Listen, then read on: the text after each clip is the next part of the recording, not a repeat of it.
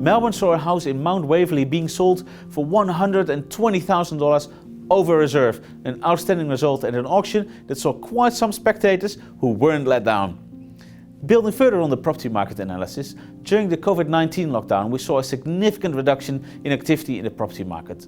A reduction in demand was being met with an equal reduction in supply, as nobody was forced selling or panic selling.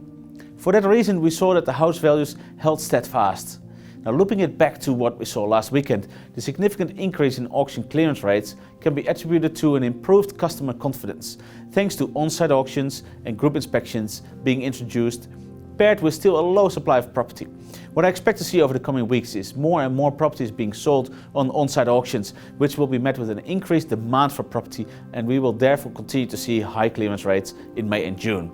I also remain optimistic that property values will remain strong in May due to market sentiment I personally witness on a daily basis. And a great example of this is the conversation I had on the weekend with a client of mine who is looking to purchase a home, and they are fearful for the fact that the house prices will increase in value.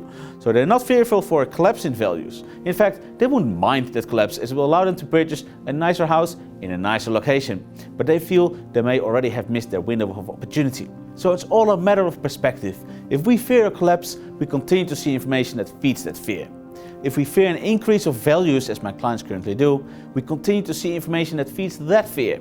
In the end, you are in control of what sort of information you choose to utilize in order to form an opinion.